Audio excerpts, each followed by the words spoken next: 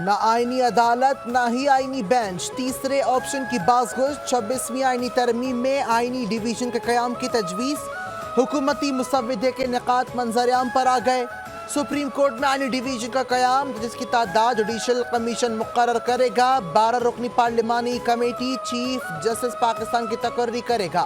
Senior ترین کے بجائے 3 senior ترین ججز میں کسی ایک کا انتخاب ہوگا۔ چیف جسٹس پاکستان کی مدت 3 سال تجویز، 60 سال کی عمر میں چیف جسٹس بننے پر 3 سال بعد عہدے سے ریٹائرمنٹ ہونا ہوگی۔ مجوزہ ترمیم میں حکومت تجویز کیا کیا؟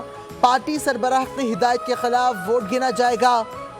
ہدایت کے خلاف ووٹ کے بعد پارٹی سربراہ کارروائی کر سکے گا۔ آئینی مسودے میں چیف الیکشن کمشنر کی تقرری کا طریقہ بھی تبدیل کرنے کی تجویز۔ آئینی ترمیم آج ایوان بالا سینٹ میں پیش کیے جانے کا امکان، ہفتے کو ووٹنگ کروانے کا پلان۔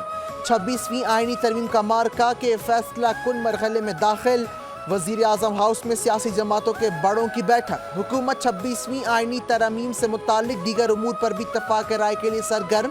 وزیر اعظم شہباز شریف کا حکومتی اتحادیوں کے اعزاز میں پارلیمنٹ ہاؤس میں ظہرانہ۔ 26ویں ترمیم منظوری سے متعلق حکمت عملی طے، اتحادی جماعتوں کے رہنماؤں کا وزیر اعظم ہاؤس میں بھی اجلاس۔ آئینی ترمیم بل سینٹ میں پیش کرنے سے متعلق امور پر مشاورت ہوئی۔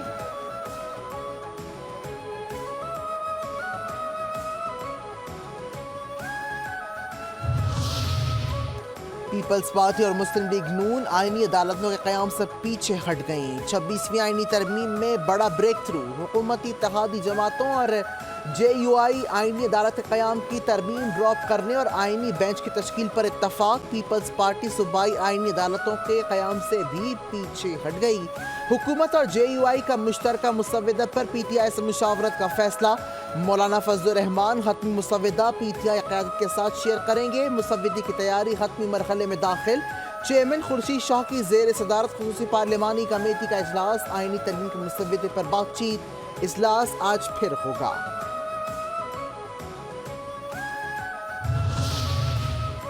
آئینی عدالتوں پر پیچھے ہٹنے والی بات غلط ہے، تمام جماعتوں سے مشاورت جاری۔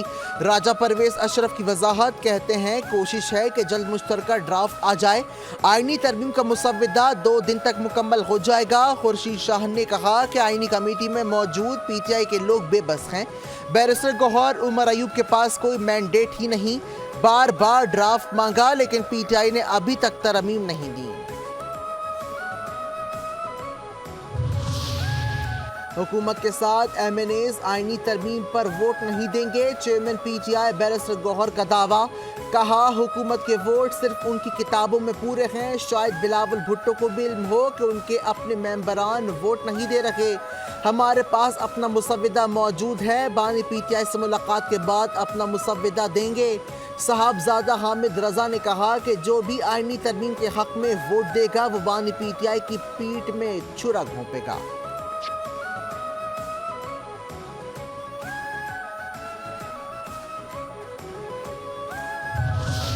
ایوان صدر میں صدر مملکت آصف علی زرداری اور وزیر اعظم شہباز شریف کے درمیان آئینی ترمیم سے متعلق مشاورت۔ ملاقات کے دوران آئینی ترمیم سمیت موجودہ سیاسی صورتحال پر بات چیت۔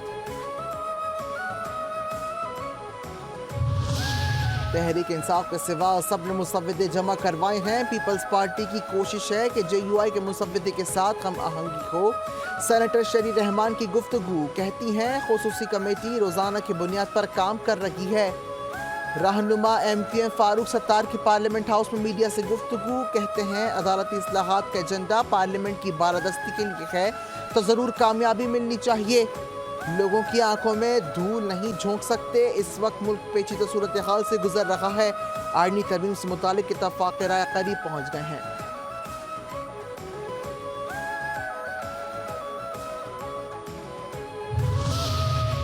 مجوزہ آئینی ترمیم کی بات پارلیمنٹ سے نکل کر سڑکوں پر آ گئی۔ لاہور میں مختلف شعبۂ زندگی سے تعلق رکھنے والے افراد اور سول سوسائٹی کے نمائندوں کی بڑی تعداد آئینی ترمیم کے حق میں نکل آئے۔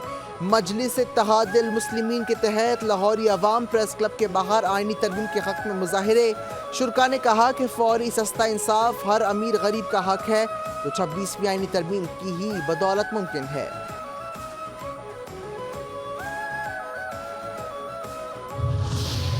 سپریم کورٹ میں مجوزہ آئینی ترمیم کے خلاف درخواست خارج. چیف جسٹس قاضی فائز عیسیٰ کی سربراہی میں 3 رکنی بینچ نے سماعت کی. درخواست واپس لینے کی استدعا کی بنیاد پر درخواستیں خارج کی گئیں.